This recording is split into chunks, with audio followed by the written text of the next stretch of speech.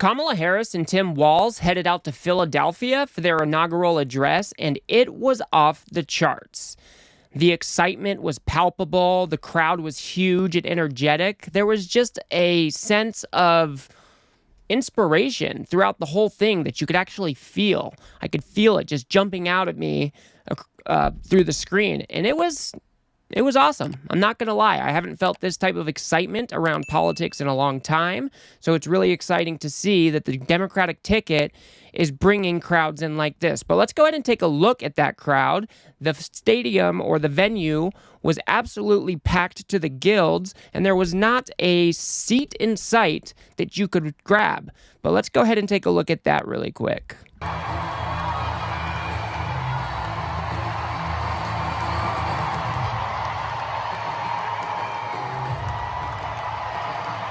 So much excitement.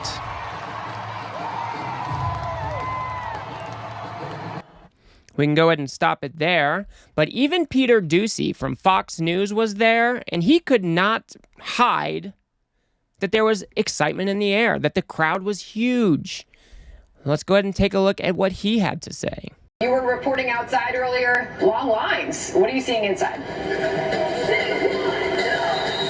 People here are going crazy in a way that I have not seen in all of the dozens or more of Biden events that I have been to in the last couple of years. You look at this crowd, there are 10,000 or so, mostly young people, right now singing along to a ludicrous song. They have been very engaged the entire afternoon that they've been waiting, and it's got more of a concert vibe than a political rally vibe.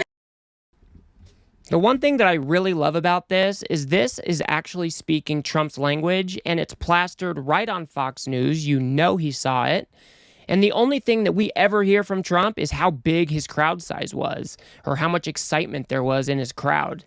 It's absolutely pathetic. This is not the way that we judge politics. Trump just really does not understand what a skewed or biased sample size is. But I really do love that the Democratic ticket is bringing out a ton of people who are inspired and are hopeful for the future. So let's go ahead and get into a little bit of the substance for this rally. One of the things that I always look for, whether I'm looking at Donald Trump or Kamala Harris, is what type of vision are these candidates bringing for America? What type of policies are they going to be fighting for? I don't hear much of anything from a Trump rally. The most we ever get is mass deportations and drill baby drill, whatever that means, considering we're already drilling more than we have ever drilled in the history of our country. But let's go ahead and listen to Kamala Harris kick things off. And she is talking about the future that she is going to fight for. Let's go ahead and take a look at what she had to say. In Pennsylvania, we fight for a future with affordable housing, affordable health care, affordable child care, paid leave. We fight for a future where we build a broad-based economy, where every American has the opportunity to own a home, to start a business, and to build wealth. I am absolutely loving this messaging. She's not just talking about Democrats, she's talking about all Americans, fighting for all Americans. And that's exactly what we should want from our president. Is it not? I don't hear this type of rhetoric coming out of Trump anytime. All I hear is doom and gloom. The country's going to hell. We're a nation in decline. If you don't elect me, you're not going to have a country anymore. I mean, I feel like I'm kicking a dead horse at this point, but I think presidents and vice presidents should be cheerleaders for this country. And that is the exact type of rhetoric that Kamala Harris and Tim Walz brought to this rally. But let's go ahead and move on to Kamala Harris talking about the different fundamental freedoms that she intends to protect. Let's go ahead and take a listen there. We fight for a future where we defend our most fundamental freedoms. The freedom to vote.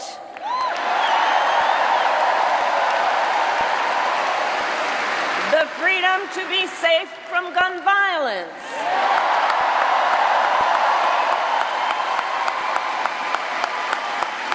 the freedom to love who you love openly and with pride.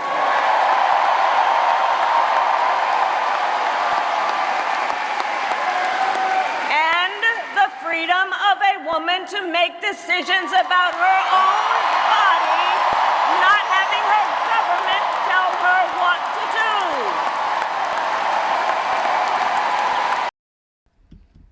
Absolutely awesome. Kamala Harris goes on to drill down into what types of policies she would attach to this type of rhetoric.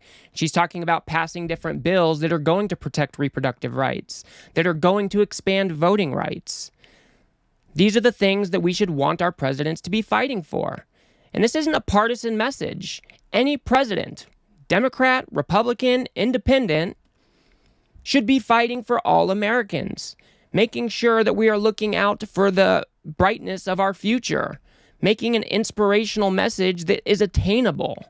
Those are the types of things I'm looking for. And then Tim Walz comes behind her and talks about freedom to make your own choices and how maybe you should just mind your own damn business, because this is the country of freedom. You may not agree with what your neighbor chooses to do, but we can protect their freedom to be able to make those choices. Let's go ahead and see what Tim Walz had to say. Some of us in here are old enough to remember. I see you down there. I see those old white guys. Some of us are old enough to remember when it was Republicans who were talking about freedom. It turns out now what they meant was the government should be free to invade your doctor's office. In Minnesota, we respect our neighbors and their personal choices that they make. Even if we wouldn't make the same choice for ourselves, there's a golden rule: mind your own damn business. I absolutely love this messaging from Tim Walz. He's an absolute bulldog on these issues, and he's just relatable. He talks like you or me. He's not some polished politician that is speaking with big words that many people don't understand. He is a down-to-earth, normal day, everyday American. And I love this type of rhetoric out of him. And I think it is super important that we are protecting these freedoms for your neighbor to make their own choices. He goes on to talk about having freedom for clean water, clean air, and safe communities. Let's go ahead and listen to what he had to say about that. By the way, as you heard, I was one of the best shots in Congress, but in Minnesota, we believe in the Second Amendment, but we also believe in common sense gun violence laws.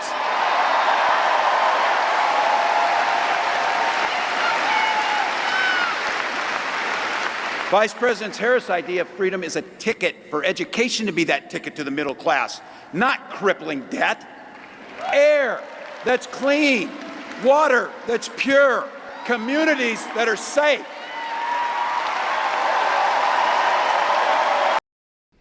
And the crowd is just eating this stuff up.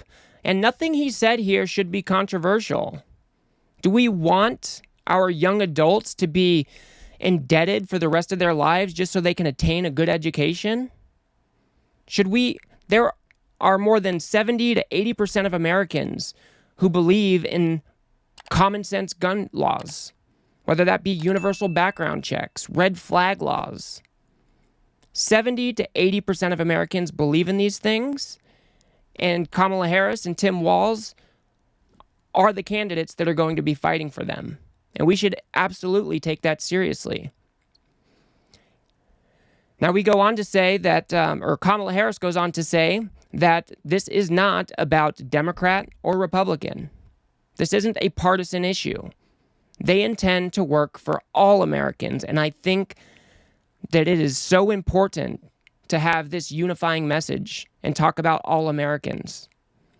It's not about hating your neighbor. It's not about owning the libs. It's about working together for the future of this country. So let's go ahead and listen to what Kamala Harris had to say on this front. He and I, we both know the vast majority of people in our country have so much more in common than what separates them.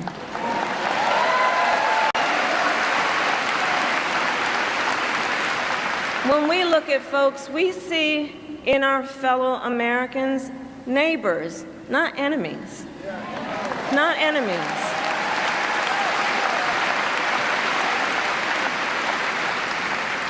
And so my promise to you is this. Our campaign will reach out to everyone, from red states to blue states, from the heartland to the coast, in rural, urban, suburban, and tribal communities.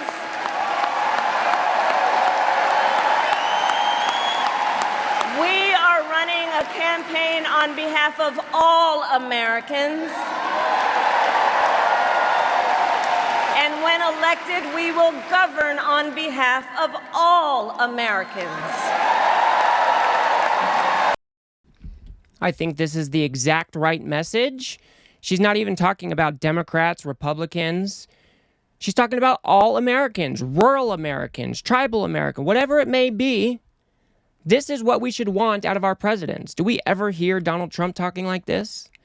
Does he ever have a message for all Americans? He may pay some lip service to it every now and again, but it's not a staple of his stump speech. The staples of his stump speech are fear-mongering and scare tactics. There's an invasion at the border, and they're coming to kill Americans. Whatever it may be, it's always doom and gloom. It's always based on fear and hopes that people will be scared enough to get out and vote. And this is just really weird stuff. This is not what we should want from our presidents. And Tim Walz does a really great job of pointing that out. He was the person who came up with the whole "they're weird" thing. So let's go ahead and listen to him touch on that really quick. I got to tell you, pointing out just an observation of mine that I made. I just have to say it. You know it, you feel it. These guys are creepy and yes, just weird as hell. That's what you see. That's what you see.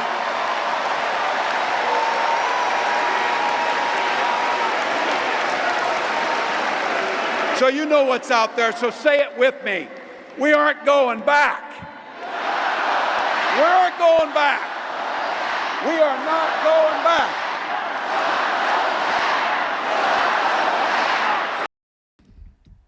I think this is absolutely awesome. I do not want to go back. And when he's talking about these people being weird and strange, creepy, he is talking about the leaders of the MAGA movement. Don't get it twisted. MAGA and Trump and people of his ilk have lied and lied and lied to their base. And that is who Tim Walz is talking about. They are weird. They only talk about fear. They only talking about doom and gloom and how our country's going to hell. That is weird. The President of the United States should be a cheerleader for this country. They should be working for all Americans. And they should be pursuing policies that benefit all Americans. I don't think it is that hard. And even if we're just talking about rallies and paying lip service, we don't even hear that out of Donald Trump. It is always negativity. So I'm really glad to see Kamala Harris and Tim Walz bring this type of energy back to the political scene. I think they are inspiring, especially a new generation, to get involved in politics. They're creating hope for the future of this country. And I think Kamala Harris has done a great job of framing the question that we should all be asking ourselves this election. And that is, what kind of country do you want to live in? Let's go ahead and listen to her talk about that. So, Pennsylvania, ultimately in this election, we each face a question. What kind of country do we want to live in? A country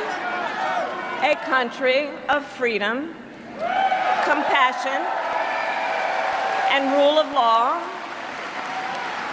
or a country of chaos, fear, and hate? And that is the exact right framing. That is the exact right question that we should be asking ourselves before we go and vote in November. Do you want your rights rolled back? Or do you want somebody like Kamala Harris and Tim Walz to protect your freedoms, to expand your freedoms, to make sure that reproductive rights aren't taken away, making sure that voting rights aren't taken away and expanded? That is the exact question we should be asking. What kind of country do you want to live in? I think Donald Trump definitely wants to take us back with things like Project 2025.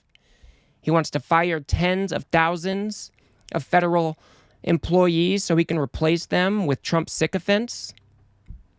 That way, when he does his crazy things and tries to enact crazy policy, there will be no resistance. That is not the type of country that I want to live in. I like our liberal democracy, and Donald Trump wants to roll us up into a authoritarian state. So I will be here fighting every step of the way so that does not happen. So I'm just super glad that Kamala Harris and Tim Walz are fighting for the things that I feel like this country stands for. And I'm really glad that they're bringing this type of energy to the political scene. So I hope they keep it up. And everybody, make sure you're out there doing that work so these guys can get elected in November. So that's going to do it for me on this one, folks. If you got anything out of this video, if you could remember to smash that like button and hit subscribe, maybe share it with a friend or two, I'd very much appreciate that. If you think I got something wrong, or if you disagree with me about something, feel free to drop a comment below. And if you want to learn how Trump crafts false realities for his MAGA supporters, go ahead and watch that video on the screen now. And I will see you guys on the next one.